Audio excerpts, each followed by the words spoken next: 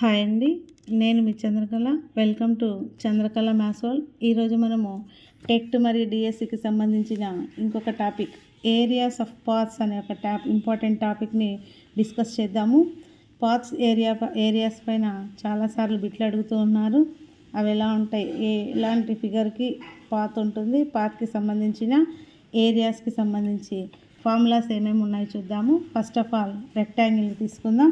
చూడండి, ఇది ఒక రెక్టాంగిల్. ఈ రెక్టాంగిల్ ఇన్నర్ రెక్టాంగిల్ ఒకటి ఉంది, అవుటర్ రెక్టాంగిల్ ఒకటి ఉందన్నమాట. మధ్యలో ఉన్న పాత యొక్క విడ్త్ అనేది డి అయితే చూడండి, అప్పుడు లోపల దానికి ఏమవుతుంది, ఇది ఎల్ ఇది బి కాబట్టి ఇక్కడ ఒక డి అవుతుంది, నెక్స్ట్ ఇక్కడ ఒక డి ఉంటుంది. సో ఎల్ -2d అవుతుంది. అదే ఇదైతే బి -2d అవుతుంది అనమాట. సో దీని యొక్క ఈ పాత్ యొక్క ఏరియా కావాలి అంటే ఫార్ములా ఏంటి అంటే మనం స్మాల్ రెక్టాంగిల్ ఈ రెక్టాంగిల్ యొక్క ఏరియా ఈ రెక్టాంగిల్ ఏరియా కనుక్కొని దాన్ని మళ్ళీ సబ్ట్రాక్ట్ చేసే లోపు టైం టేకెన్ ప్రాసెస్ అనమాట.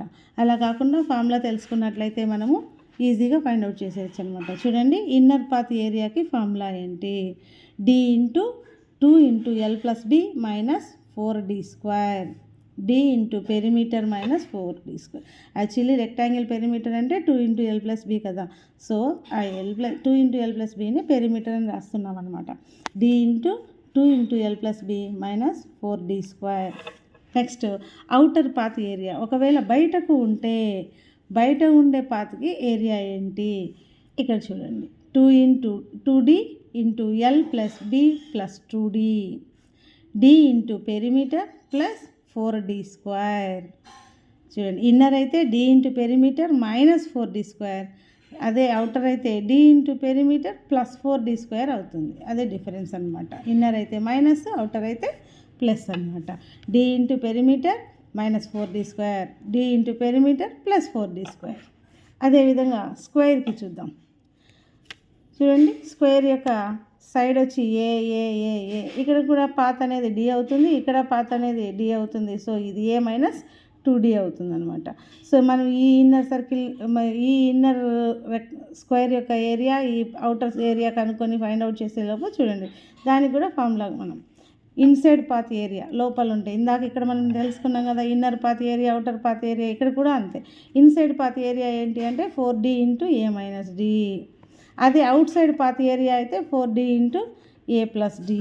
ఇన్నర్ అయితే మైనస్, అవుటర్ అయితే ప్లస్ అనమాట. 4d × A - d, 4d × A + d. ఇక్కడేమో d ఇంటూ పెరిమీటర్ -4d², ఇక్కడేమో d ఇంటూ పెరిమీటర్ +4d².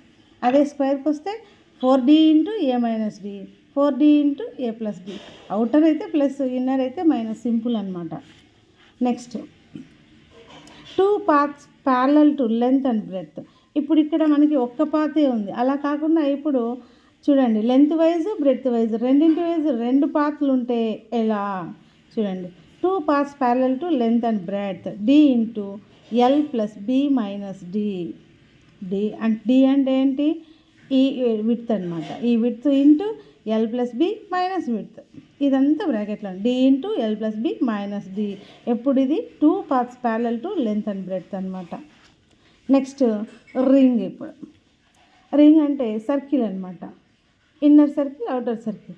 చూడండి, లోపల సర్కిల్ చిన్న సర్కిల్ స్మాలర్ సర్కిల్ యొక్క రేడియస్ r అవుతుంది, క్యాపిటల్ సర్కిల్ యొక్క రేడియస్ R అవుతుంది. ఓకేనా. సర్కిల్ ఏరియాకి ఫార్ములా ఏంటి, πr².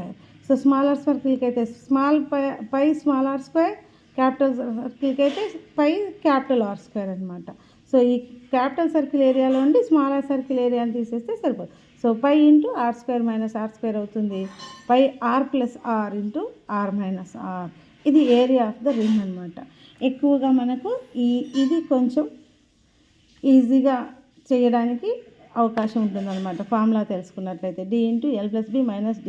ఇవి ఏంటంటే ఇన్నర్ అవుటర్ కనుక్కొని మనం చేయగలం అనమాట. రెక్టాంగిల్కి కానీ తర్వాత సర్కిల్కి కానీ స్క్వేర్కి కానీ. బట్ ఇది కొంచెం డిఫరెంట్గా ఉంటుందన్నమాట. 2 paths parallel to length and breadth అనేది ఈ ఫార్ములా తెలుసుకొని హ్యాపీగా d × L + B - d అని చేసేయచ్చు అనమాట. ఇలా చేసి మళ్ళీ మధ్యలో దాంట్లో నుండి ఇది కొంచెం తీసేసి దీనికంటే ఫార్ములా తెలుసుకున్నట్లయితే ఈజీగా మనం చేసేయచ్చు.